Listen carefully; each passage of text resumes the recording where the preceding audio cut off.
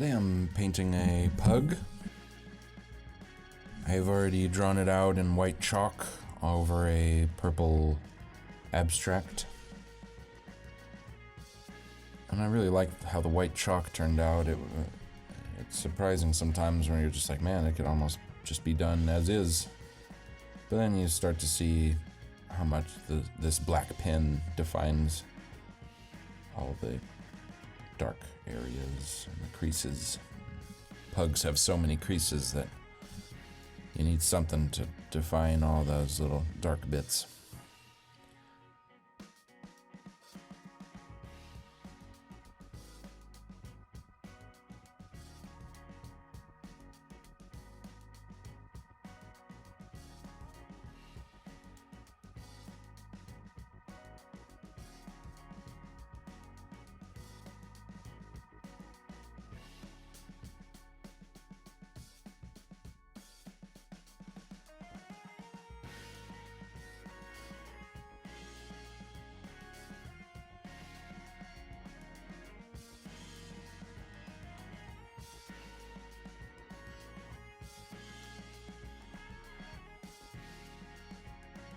Just trying to define the shapes in the face.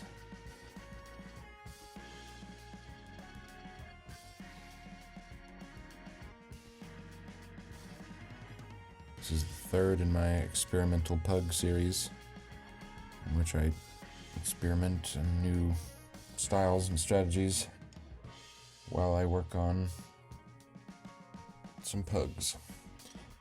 And they're all the same size. 6 inches by 6 inches, they're all the same medium, oils, acrylics, inks. I guess this one has some white chalk on it, but a lot of that gets erased away by the end.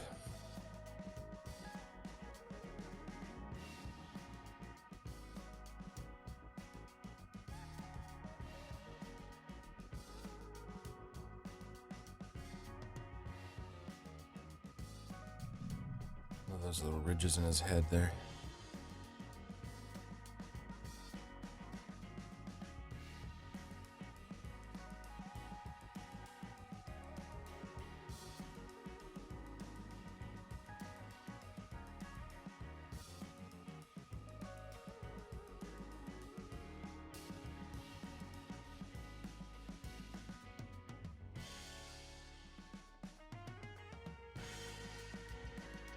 This is a cute pose. Pugs are always cute, even though they look kind of mean almost. This one kind of has like a disapproving or irritated look. But we all know in their hearts they just want some food and some love. Here I'm putting all these little bumps on the bottom of his chin. He's got all these ridges and bumps. Little hair sticking out at the bottom of his chin.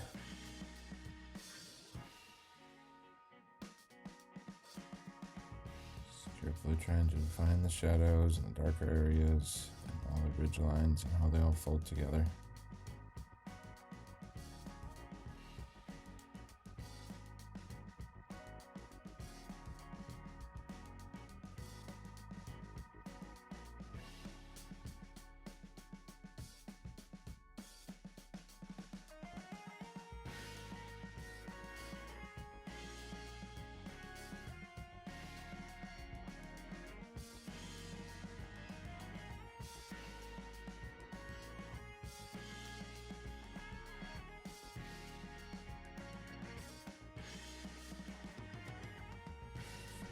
Finishing up the blacks, adding a few more little shades and shadows and corners, creases.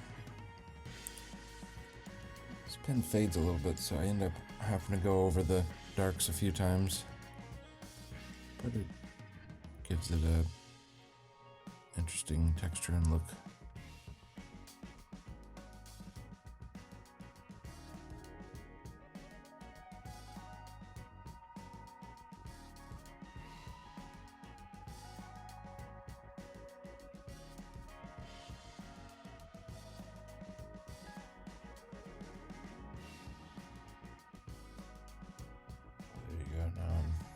Just getting wild, just adding in little bits here and there that need it. There's the neck. Maybe that's the neck, and the other one's the shoulder, you could say. Kind of a roly-poly creature, so it's the anatomy of it is sometimes hard to decipher because they're so fat and squirrely. There you go, kind of putting the ear back in shadow, adding some cross-hatching. Doing a similar thing to the other ear, just to give it some depth.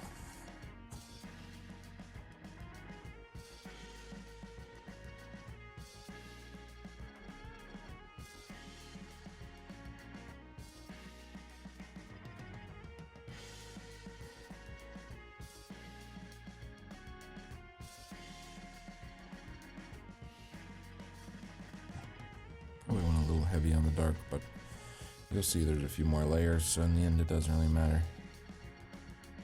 Looks dark for now, though.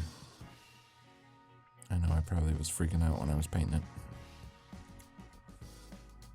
If you can't tell, I'm recording this voiceover afterwards, watching the video.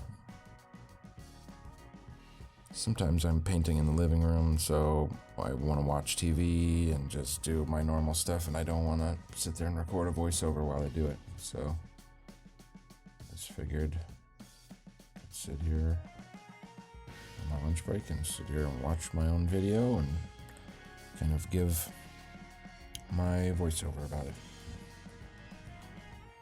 Please message or comment whether or not you like the voiceover, if I should add a voiceover, should leave the voiceover silent, if I should change something about what I do, if it's too bright, if it's too dark, if you think there should be an intro or an outro or any changes you can think of, let me know. Or if you have an animal for me to paint, let me know, I'll try that. Or if you have a pet or something you want painted, I'm always open for commissions. So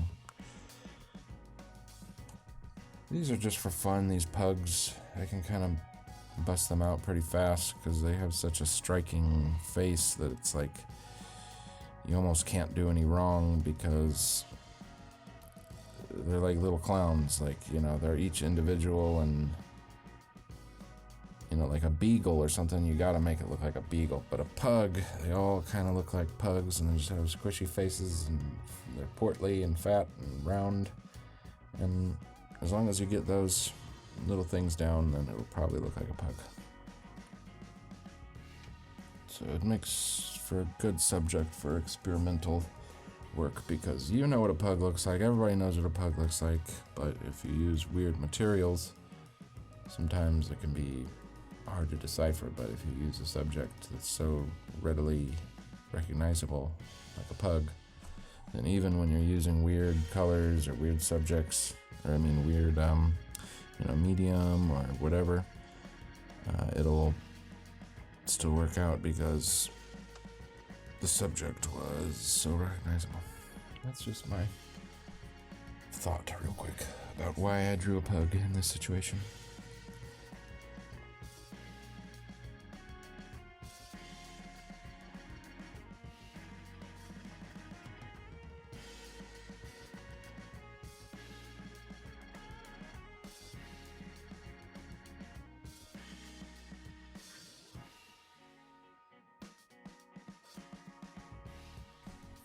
See, now I'm going in with a gray Copic to try to get a little mid-tone shadows in there, which will just help later.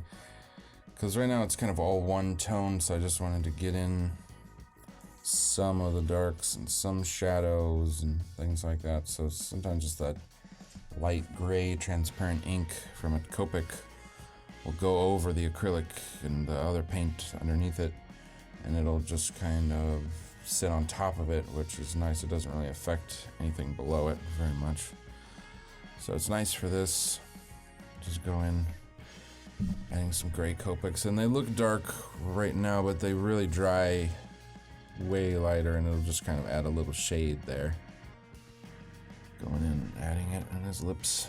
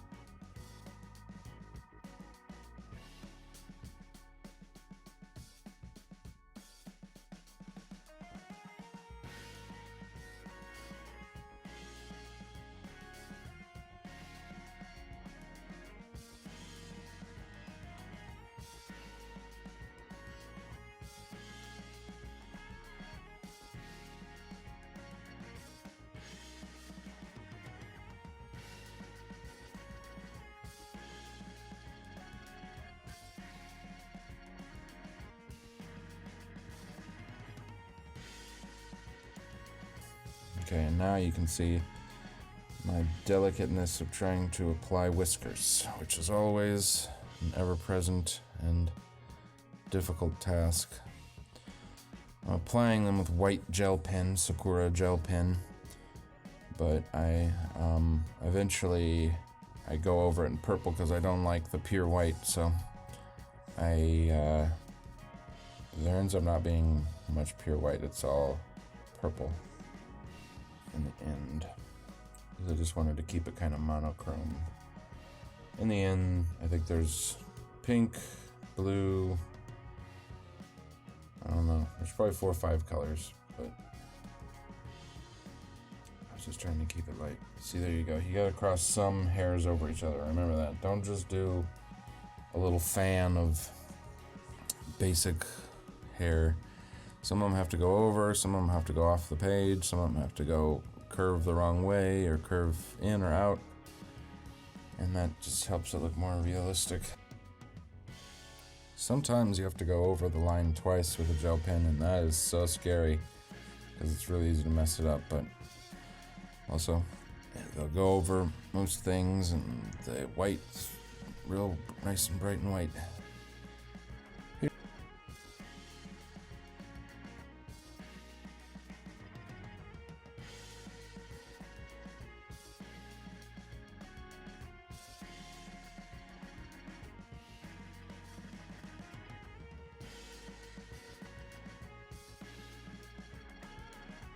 Here's where it gets hard. This is pink metallic Posca. All the colors I'm about to add are all metallics, so you're not going to be able to see them very much.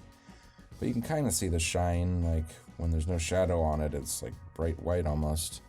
When it gets shadow, you can see the pink. So yeah, it's this shiny pink metallic. I got a set of metallic Poscas. I tried them out on this one. I never done a full creature just with metallic, so I wanted to see what it was like. And in the end, I kind of like it, but I don't like it for photographing. It really makes it a lot less pretty in the photograph period, and the video and the photo just doesn't look quite right when it's metallic like this. It just almost looks like white, but it's a kind of a bright neon pink, and then this is a bright neon purple.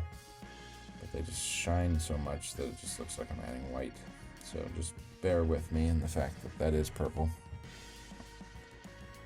And the top part is pink. So I'm kind of lighting it from the bottom with purple and lighting it from the top with pink. At least that was kind of my goal.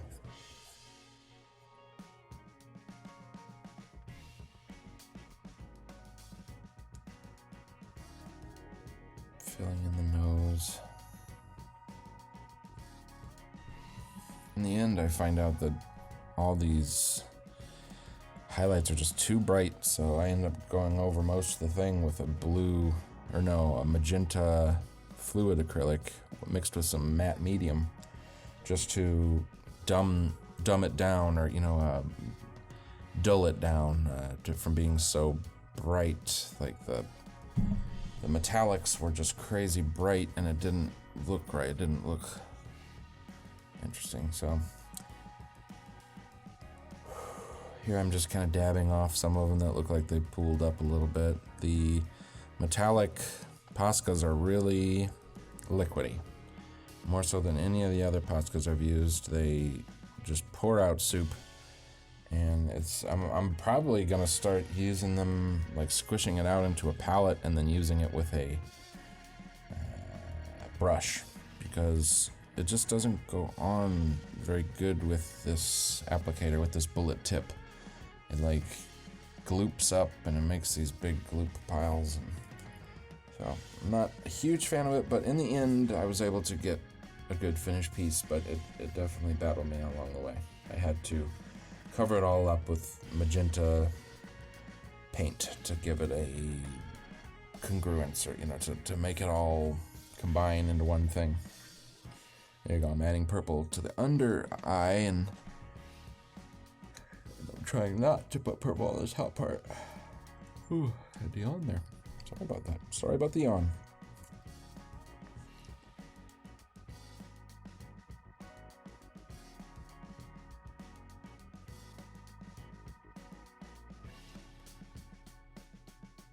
Okay, now I'm adding the blue eyes, so my third Posca color.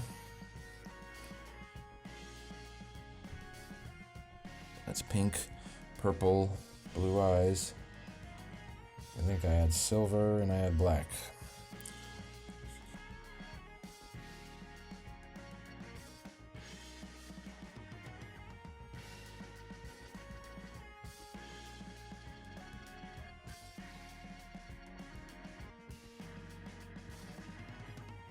I've added the silver Posca for the white highlights. The white highlights are silver, actually. And the blue is blue metallic. The purple is purple metallic. And the pink is pink metallic. And now I'm just going in and trying to define it more with some blacks. To just make sure I don't lose my line art and my lines.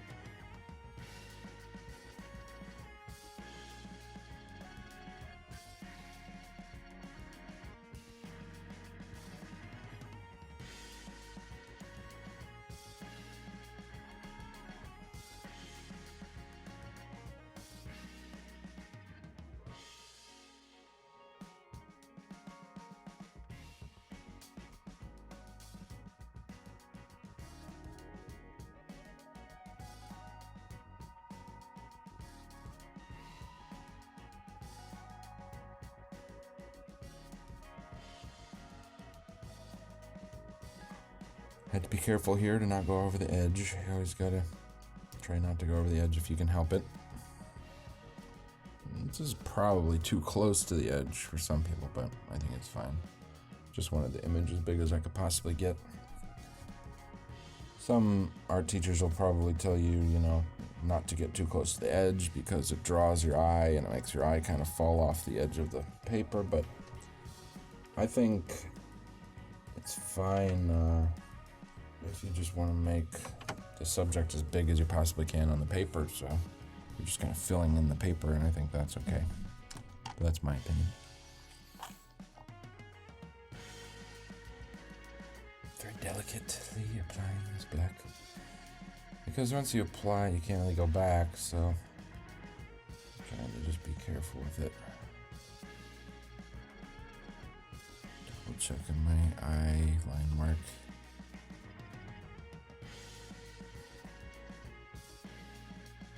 Adding in little extra bits here and there.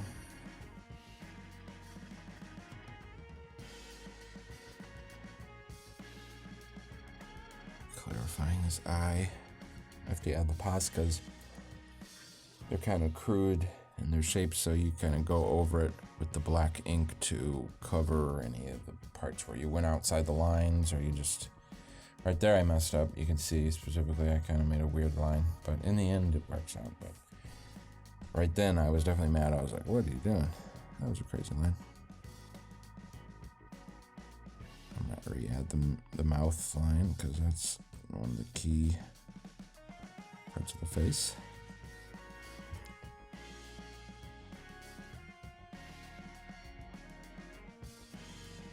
I'm going in, I was kind of dotting the nose with dots. Just re-equivalating where those lines go. The cheek and the forehead and everything.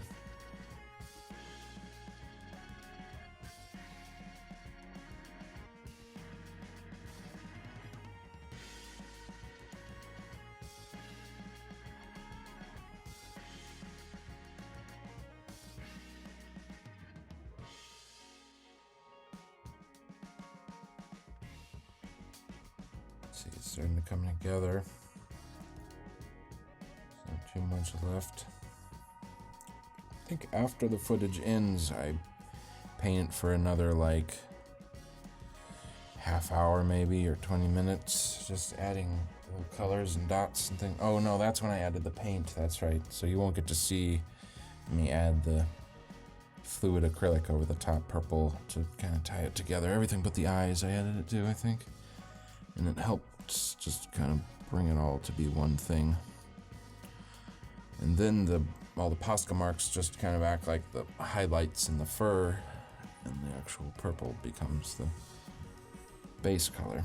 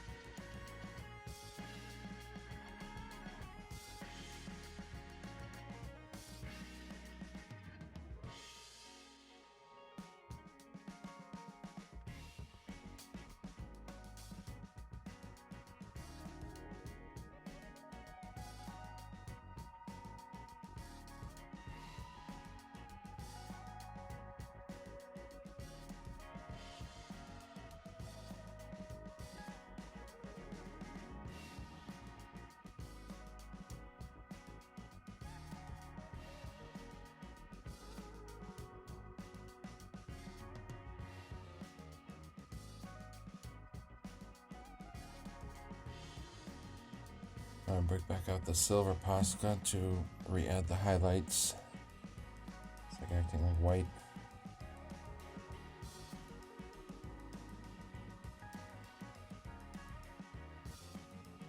Looks pretty cool in person, but on this video, it makes it look a little funny. All the metallics just shine as bright lights, but really they are shiny metallic. Adding a few little pink highlights here and there.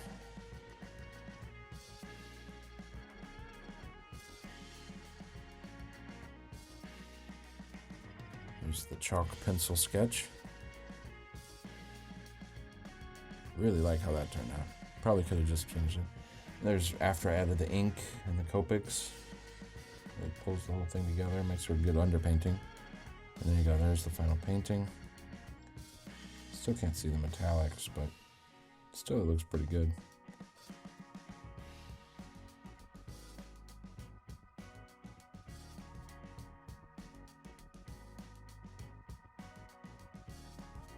That's that.